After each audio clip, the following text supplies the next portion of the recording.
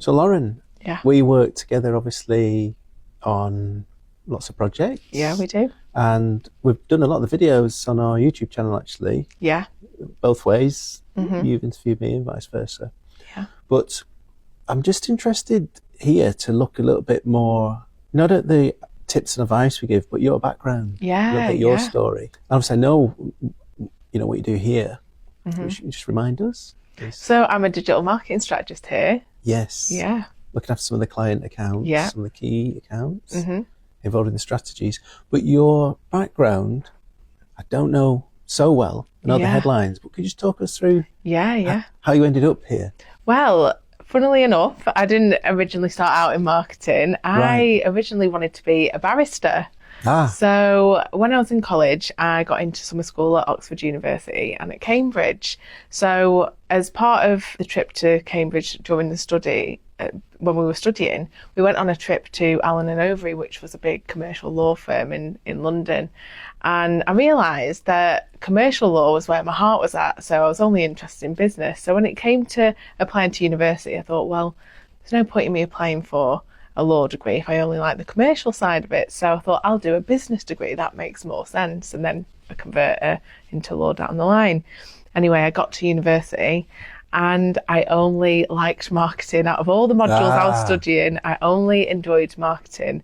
And university fees had just gone from £3,000 a year to £9,000 a year. So I thought that's a lot of money and a lot of time for me to spend studying a degree I'm not really passionate about. Yeah. So I made the bold decision to drop out and enter the world of work instead. So one of my first jobs was as an account manager for a small full service agency. So that's how I initially got into marketing. And since then I've built my career in agency, in-house, also working for myself, really mastering tactics like SEO, paid search, strategy, and that's led me to here. Yeah. And in that journey then, you've got a degree of, it's like you've gone and tried things. Yeah. And you've realised part of this part of this works, part of this doesn't. Yeah, you narrowed it down.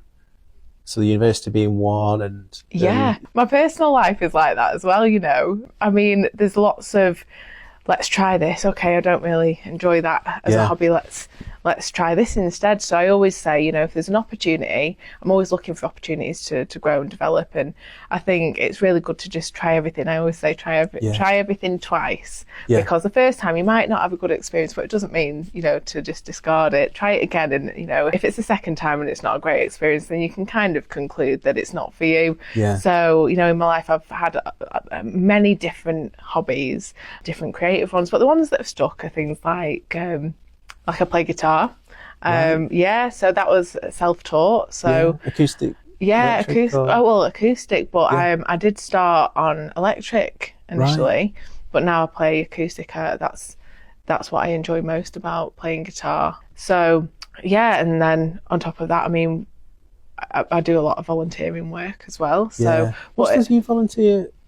You told me, what is it? BrainKind. Yeah. Which is what? So they do rehabilitation for people with brain injuries. Yeah. So I run activities there on a Saturday or a Sunday for people. So it might be, we did wheelchair Zumba. We've done making pizzas. They enjoy doing quizzes and Wordle as well. So and this is a voluntary. Yeah. On a weekend. Yeah, on a weekend. So it's whatever the clients like. And you're a parent? Yeah, I've got a little boy, and then I also I'm a young women leader at my church, so we do a lot of work to help develop them spiritually, socially, intellectually, and we do youth night on a Thursday, running all those. So it's really great seeing them develop and grow it from young teenagers into young women. So a rich life every week's a rich week. That's it. Would you say rich, or would you say I'd say busy? It's stressful. I'd say a bit of both. I wouldn't say stressful, but I'd definitely say it's rich and fulfilled. But it's taken time throughout my adulthood to get to a point where I'm like, no, that's actually what I want to do. So going back to what you were saying about optimization, I've tried lots of different volunteer roles. So I've done stuff for food banks and things like that. And as much as I've enjoyed them, there comes a time where there's another opportunity and it's time to go, well, actually, this isn't quite the right fit anymore. And I suppose for me, that translates to my campaigns as well. You can run campaigns, and then suddenly, actually, the data's saying this isn't working anymore. It's time to pivot and change. So I think what we see, if it's all right to say it, what we see in how you go about things here is that with every event or if that happens, you grow. Yeah. Like you take sort of constructively whatever it is. It might be a great thing's happened or this thing didn't quite work or whatever. Yeah.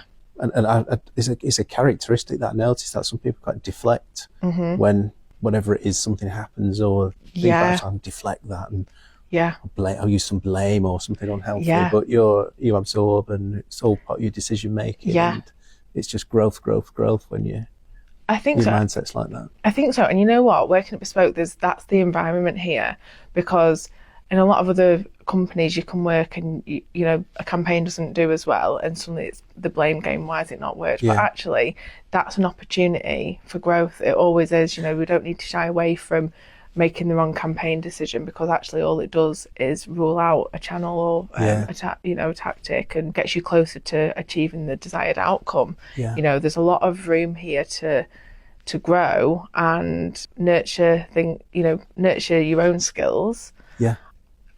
And also making mistakes isn't necessarily a bad thing here, because it's like we were saying, it's an opportunity for growth. But I've worked in places before where as soon as you make a mistake straight away, it's like disciplinary and things like that, and it's not necessarily. We worked with a brilliant coach actually, and it stuck in my mind. I think it might be 5 years ago maybe actually.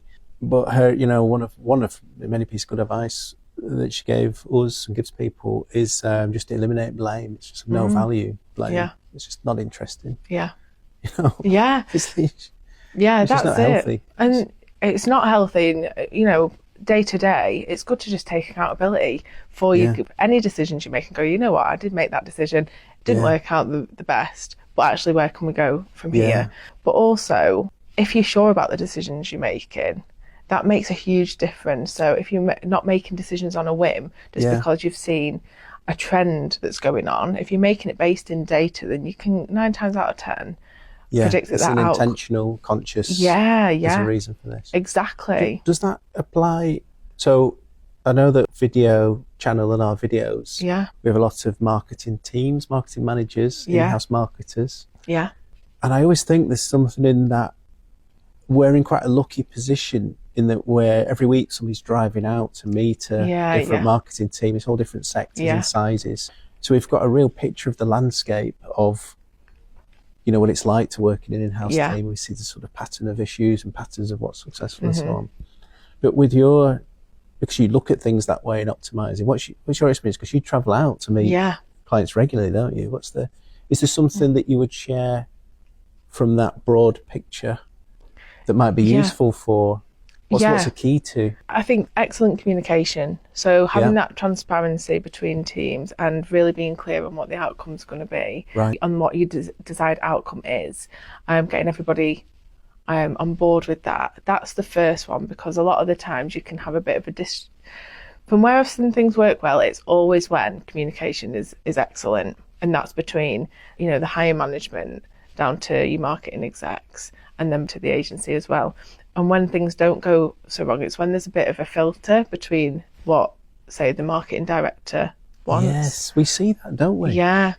So we hear the marketing exec or managers sometimes, they'll be describing to us issues with the communication with their, or whatever it is, their senior manager or board don't quite understand. You know, they're having to do things that they don't really... That's it. That they think will get approved. You know, rather than what actually should be done. And that's it. So when that's happening, that's already creating a disjointed approach. But another thing is when there's a lack of data-driven decisions going on. So, for example, there might be too many people involved in something. So you might have your marketing team, but then the sales team has seen a trend, or a marketing trend, and gone, oh, we need to be doing this. So then the marketing team come and try and implement it. But actually, that's not necessarily the right thing to do. So, you know, I see our job is a little bit like being a matchmaker between the company and finding their ideal customer. So, the ideal customer might not necessarily respond to this trend over here. So what we're trying to do is tick all the boxes for the client and match them with the company that solves their problems, because you've got all these companies over here that can solve X, Y, Z, and you've got people who are desperate for their pain points to be solved. The solution. Yeah, and it's up to us to make sure that we're communicating that in the right avenue. So trends over here aren't necessarily gonna make that work. What's important is that we go straight to the data and say, actually, we know that this audience responds to this type of medium, this type of campaign, so let's go that way. Yeah, and we see you can have a lot of activity in marketing. Let's say an in-house marketing team. You see lots and lots of activity, but it's not connected with what do you describe, the ideal customer there. So you've got all your customers here, you've got all your activity, and the activity feels great because you're busy and you feel like you've done a really good week's work. You've customers over here, and they're either not all getting this message from you, or they're getting a mixed message because it's not focused enough. And maybe we help people fix their focus, actually. Yeah. We connect it. We put clarity between the two. Definitely. However busy you are in-house, let's wire it up with your audience. And we call it laser targeting, actually, don't we? So maybe that's never thought that, but maybe we solve a little bit that. Or maybe the problem that we see that needs solving, you could solve it in-house. Yeah. Is just connect your activity 100% with the audience rather than 50% focused. That's it, isn't it? And you talk about this a lot, that simplify, that amplify, because there's so much noise going on. Yeah. We need to be simplifying it for the audience, simplifying it for in-house teams as well. So we just take that, cut through that noise and go, this is actually, we lead them through it and show them the right way to reach the audience. Yes. Could I... If we take it back to, we're going to go personal. Yeah. So we've got a picture there. So you've described what you're busy with here in our team, and being with the clients. You've described your background and so on. I've done roles like yours, but not exactly your role. I can't imagine what it's like in your shoes. Yeah. But what's the points in the week? What's the things where you're most in flow and fulfilled and at your happiest, without the cheesy when I'm helping clients? But genuinely, because sometimes I'm really happy when I'm just going through some data or processing research in the last quarter to see how it's going to impact. It can be quite mundane work sometimes, but really rewarding. But what's your happy place? So for me, I really like getting deep into the data, and that helps me to inform the strategies, because for me, it's all about uncovering that opportunity. Yeah. So I don't want to be cheesy when we're saying about keeping clients happy, but I like that tangible result, being able to show, actually, I know that what we're going to implement is going to get an outcome for the client.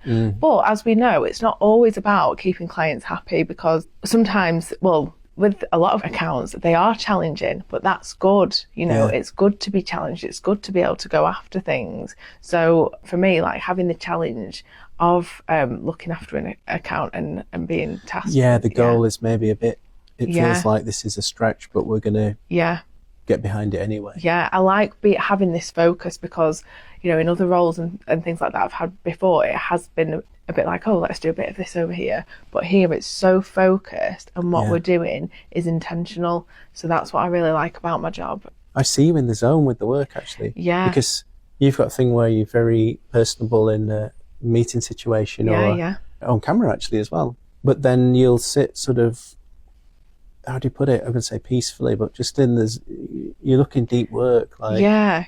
Well, I think it's important to spend your time doing that. I don't necessarily think that I need to be spending, say 12 hours a day on something. It's all about optimizing my time efficiently. But when I am working, I'm doing intentional and impactful work. Yeah. For me, I just really enjoy the focus on continuous improvement. Yeah. That's what it's all about. It's always about like those incremental gains, because you can start here, but it's that upward trajectory. So yeah. And as we've learned today, that's in work life and home life. It is. Yeah. It translates. It's a parallel for me. Yeah. Love it. Yeah. Great. Thank you. No problem.